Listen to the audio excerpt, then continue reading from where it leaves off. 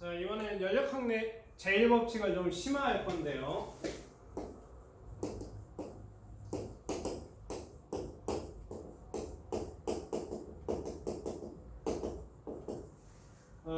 몇 가지 내용에다가 수식을 좀 더 붙일 거고요. 그래봤자 하나입니다. 그리고 연력학 제1법칙과 관련해서 예를 하나 들 거고요. 그리고 연력학 제1법칙을 그래프상에서 어떻게 나타내는지 그 이야기를 좀 잠깐 해보도록 하겠습니다. 자, 연력학 제1법칙에서는 우리 네 가지 단계로 나눌 거다라고 얘기했는데요. 등원, 그리고 단열 과정, 그리고 등적 과정, 그리고 등합 과정 이렇게 있었습니다. 자, 이 중에서 등원 과정을 위로 올렸죠? 수식을 좀 붙일 녀석은 등원 과정이라는 녀석입니다. 등원 과정에서는 델타 U가 0이 될 것이고요. 그 결과 사용해야 될 열 에너지 받으면 그 녀석에 따라서 몽땅 다 일할 거다라고 얘기했는데 이 일의 크기를 좀 얘기하겠습니다. 일의 크기. 자, 일의 크기를 얘기하기 위해서 그래프를 하나 가지고 올 거고요. 원래는 수식적으로 그냥 접근하면 되는데 우리는 수식적으로 접근할 수 있는 능력이 안 되기 때문에 그래프를 좀 끌어다가 이야기를 할 겁니다.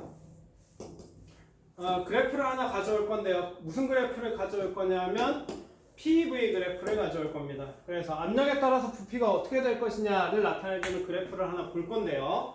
자, 문제는 이 W라고 하는 녀석, 이 녀석이죠. W라고 하는 녀석은 P 델타 V 이런 관계를 가지고 있고요. 이런 관계. 자, 그리고 우리에게는 굉장히 강력한 부위가 하나 있는데 자주 까먹는 식이 하나 있다라고 얘기했었죠. 그 녀석이 바로 PV는 nRT라고 하는 이상기체 상태 방정식입니다. 자, 그렇게 되면 이 식을 바꿀 수 있는데요. 미세한 1이라고 하는 녀석은 P 대신에 V분의 nRT라고 하는 녀석을 부피에 대해서 적분해 준 것과 같다라고 표현할 수 있습니다. 자, 그렇게 되면 이 녀석을 적분을 하면 되고 그 결과를 그냥 끌어다 쓰면 되는데요. 이게 의미하는 바가 이건 어떻게 되느냐라는 겁니다. 그래서 이 관계를 그래프로 옮길 겁니다. 그래프로 옮기게 되면 이런 형태의 그래프가 나타나게 되겠죠. 이런 형태의 그래프. 자, 이때 온도가 일정한 그래프가 이렇게 나타날 거고요. 이때 1이라고 하는 녀석, 이 관계는 이 그래프에서 차지하는 아래쪽의 면적을 의미할 겁니다. 이 녀석 V0부터 V까지. 그래서 사실 이 면적을 구할 수 있으면 좋은데 다시 한번 얘기하지만 우리는 이런 접근을 할 수 있는 능력이 안 됩니다. 그래서 그 결과만 외우고 있으면 됩니다. 그 결과만 외우고 있으면 되는데 이 녀석의 크기는 nRT에 거기에 ln V0분의 V 이 형태를 띈다라고 외우고 있으면 되는 겁니다. 아셨죠? 그래서 부피가 2배가 되면 ln 안에 있는 부호가 저렇게 2로 바뀌는 형태로 나타날 건데요. 요 ln이라는 표현을 좀 살펴보면 얘는 사실 로그 함수입니다. 로그인데 로그에는 숫자가 2개 들어가야 되죠? 여기 하나, 큰 숫자 하나, 뭐 A, B 이런 식으로요. 자, 근데 쟤를 ln이라고 쓰겠다라는 얘기는 뭐냐 하면 여기 들어가야 될 A의 값으로 우리 자연수 2를 쓰겠다라는 겁니다. 그래서 여기에 2가 들어가면 이 녀석을 우리는 ln B 그냥 이렇게 쓰고요. 얘를 우리는 자연로그라고 부릅니다. 그렇죠? 그래서 자연로그를 이용해서 1의 크기를 이야기할 수 있다 정도 알고 있으면 될 거고요. 뭐 나머지는 넘어가시면 될 것 같습니다. 자, 그래서 이 그래프를 조금 더 자세하게 볼 거예요. 이 그래프를 네 가지 과정에 따라서 이야기를 좀 다시 해볼 겁니다. 그러면 다시 그립시다.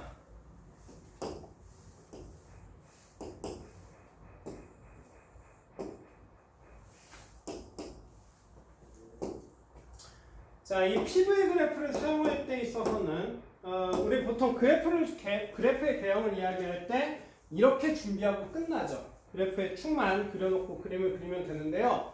PV 그래프에서는 다음과 같은 선들을 이렇게 그려놔야 됩니다. 이런 선들을 이렇게 그려놔야 됩니다. 그리고 이런 선들, 이렇게 곡선으로 나타나는 이런 선들을 우리는 등온선이라고 부르고요. 등온선. 등온이면 온도가 일정한 선이다라는 얘기가 되겠죠. 그래서 선을 따라서 움직이면 온도 변화가 나타나지 않는다라고 얘기할 수 있으면 됩니다. 그래서 PV 그래프에서는 축 말고 등온선에 대한 이야기가 반드시 나와야 될 겁니다. 등온선을 이야기할 수 있어야 되고요. 자, 이 위에다가 이제 우리가 얘기했던 상태들을 이야기할 겁니다. 자, 그러면 첫 번째 과정인데요. 첫 번째 과정은 등온 과정 이야기할 수 있죠? 등온 과정. 자, 이 지점에서 시작해서 등온선을 따라서 변화하게 되면 이러한 변화를 우리는 등온 과정이라고 부릅니다. 온도가 변하지 않는다라는 얘기가 되겠죠? 자, 근데 지금 요거 말고도 얘기할 수 있는 게 있습니다. 만약 압력이 일정하다면 일정한 압력값으로 이렇게 쭉 나타나겠죠. 그래서 이런 변화가 나타날 수 있습니다. 이런 변화. 이렇게 변화하는 과정, 압력이 일정한 변화를 우리는 등압 과정이라고 부르고요. 등압 과정. 자, 역시 부피가 일정하게 변할 수도 있을 겁니다. 부피가 일정하게. 그래서 얘가 아래쪽으로 이런 식으로 쭉 내려올 수 있겠죠. 이렇게 수직으로 내려오면 이런 과정을 우리는 등적 과정이라고 부릅니다.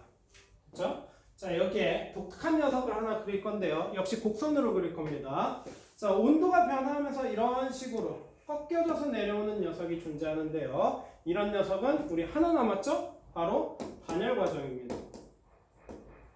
그래서 단열 과정에서는 부피가 증가하면 온도가 높은 온도에서 낮은 온도로 떨어지는 것을 확인할 수 있다라고 보면 됩니다. 설명을 안 했는데 빨간색으로 그린 이유, 파란색으로 그린 이유 뭔지 감이 오죠? 우리 파란색은 주로 온도가 낮은 녀석, 빨간색은 주로 온도가 높은 녀석 나타내잖아요. 그래서 중심부로부터 멀리 있는 등온선이 고온에 해당한다라고 생각하시면 됩니다. 그래서 PV 그래프를 이용하면 기체들의 상태 변화를 이렇게 네 가지 과정으로 나타낼 수 있다라고 생각하시면 될 거고요. 자, 우리 앞서서 한 가지 다뤘죠? 앞서서 한 가지 다룬 것이 뭐냐면 PV 그래프에서 지금 주어져 있는 PV 그래프에서 면적이 곧 1에 해당하는데요. 2를 구하기 쉬운 녀석이 하나 있습니다. 엄밀히 얘기하면 두 개네요. 2를 구하기 쉬운 녀석 두 가지. 자, 2를 구하기 쉬운 녀석 두 가지가 뭐냐 하면 첫 번째는 등적입니다. 등적. 아래가 0이죠. 그러니까 얘는 면적이 0이 될 거고 그 결과 1이 0이 된다 이렇게 얘기할 수 있는 녀석. 얘가 하나 있고요. 자, 또 한 가지는 등압 과정입니다. 등압 과정이 구하기 쉬운 이유는 여기서부터 여기까지 딱 자르면 사각형 모양으로 잘리겠죠? 사각형 모양으로 잘리면 가로 곱하기 세로를 통해서 2를 쉽게 구할 수 있다라고 보시면 됩니다. 일정한 압력 하에다가 부피 변화를 곱함으로 해서 2를 구할 수 있다라고 생각하면 되고요. 자, 그러면 요거 이용해서 등압 과정을 좀 다시 한번 생각해 보겠습니다. 등압 과정에서 사용해야 될 식이 있었죠? 등압 과정에서 사용해야 될 식 Q는 델타 U 플러스 W인데요. W. 얘를 좀 풀겠습니다.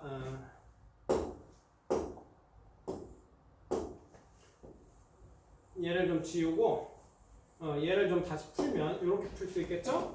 Q는 2분의 3 NR 델타 T 더하기 NR 델타 T 됐죠? 자, 그러면 얘가 1이고 얘가 내부 에너지의 변화량인데 2하고 내부 에너지 변화량 사이에 상수의 차이가 나겠네요. 무슨 얘기냐? 델타 U라고 하는 녀석은 1에다가 2분의 3, 1점을 곱해준 게 되겠죠. 그러면 이때 공급해야 될 열이라고 하는 녀석은 델타 U에다 W를 더해주면 2분의 5 W 이런 식으로 나갈 수 있을 겁니다. 그래서 이 그래프를 이용해서 면적을 구해서 면적을 통해 2를 찾고 1의 정수배를 통해서 내부 에너지나 열 에너지의 크기를 구하는 문제, 이런 문제들이 나올 수 있다라고 생각하시면 됩니다. 그래서 요거고요. 특별한 상황을 하나 좀 살펴보겠습니다. 특별한 상황. 얘는 사실 연력학 제2법칙에서 다뤄도 다른 이야기겠습니다. 다른 예. 뭘 얘기할 거냐면 우리나라 지형을 좀 살펴볼 겁니다. 우리나라를 서쪽과 동쪽을 기준으로 단면을 잘라보면 이런 형태로 생겼습니다. 이런 형태. 서쪽엔 평야가 좀 많고요. 동쪽으로 산이 자리 잡고 있죠. 우리나라에 척추가 되어주는 태백산맥 이런 것들 산이 자리 잡고 있습니다. 자, 문제는 바람이 불어올 때인데요. 바람이 이쪽 방향에서 불어올 겁니다. 바람이 불어올 거예요. 자, 그러면 여기에 있던 공기덩어리들이 이렇게 산을 타고 올라가겠죠. 산을 타고 올라갈 겁니다. 자, 이때 산을 타고 올라갈 때 어떤 변화가 나타나느냐 이걸 생각해 봐야 되는데요. 산을 타고 올라가면 높이가 높아지고 높이가 높아진다. 위쪽에 쌓여있는 공기의 양이 줄어들 것이고요. 그 결과 압력이 감소합니다. 압력이 감소해요. 자, 문제는 이 공기가 산을 타고 올라가는데 여기에다 우리 뭐 가열하나요? 뭐 여기에다가 열에너지를 막 공급해 주나요? 열에너지를 공급하지 않죠. 열에너지가 공급되지 않는다? 그 얘기 바꿔 얘기하면 단열 과정이다 라고 얘기할 수 있습니다. 단열 과정. 자, 그러면 앞에 있는 그래프 잠깐 좀 떠올려 보면은요. PV 그래프에서요. 단열 과정 그래프는 이렇게 주어졌습니다. 이렇게. 근데 지금 압력이 낮아지고 있죠. 압력이 낮아지고 있습니다. 떨어져야 된다라는 겁니다. 그러면 이런 식으로 변해야겠네요. 압력이 낮아지는 만큼 부피는 커질 거고요. 부피가 커진다? 그러면 단열이니까 델타 U는 마이너스 W인데요. 여기에서 부피가 커진다? 온도가 낮아진다라고 얘기할 수 있겠네요. 자, 그러면 온도가 낮아지면 어떤 일이 발생하느냐? 여기에 수증기가 들어가 있을 겁니다. 서해 바다로부터 가지고 끌고 온 수증기가 이렇게 있을 건데 온도가 낮아지면 여기에 구름이 잔뜩 생기겠죠? 구름이 잔뜩 생기니까 어떻게 돼요? 구름으로부터 비가 내릴 겁니다. 비. 그래서 태백산맥 능선을 기점으로 서쪽에다가 비를 막 뿌릴 거예요.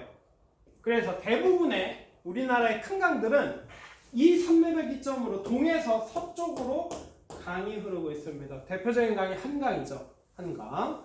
자, 그러면 얘는 이제 비를 막 쏟아냈으니까 이 녀석이 산을 넘어가게 되면은 이제 건조한 기체로 바뀔 거고요. 물을 다 털어냈으니까요. 자, 이번에는 이 녀석이 아래쪽으로 내려올 겁니다. 아래쪽으로 내려오게 되면 반대 변화가 나타나겠죠? 압력이 높아진다라는 얘기는 부피가 감소한다라는 얘기죠. 부피가 감소한다? 이 얘기를 온도에 대한 이야기로 바꾸면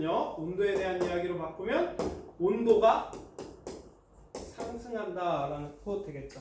그래서 우리 태백산맥을 기점으로 서쪽에서 바람이 불어올 때에는 산을 타고 넘어가는 공기가 지나가면서 온도가 더 많이 변하는 형태로 나타납니다. 더 따뜻하다라고 보면 되겠죠.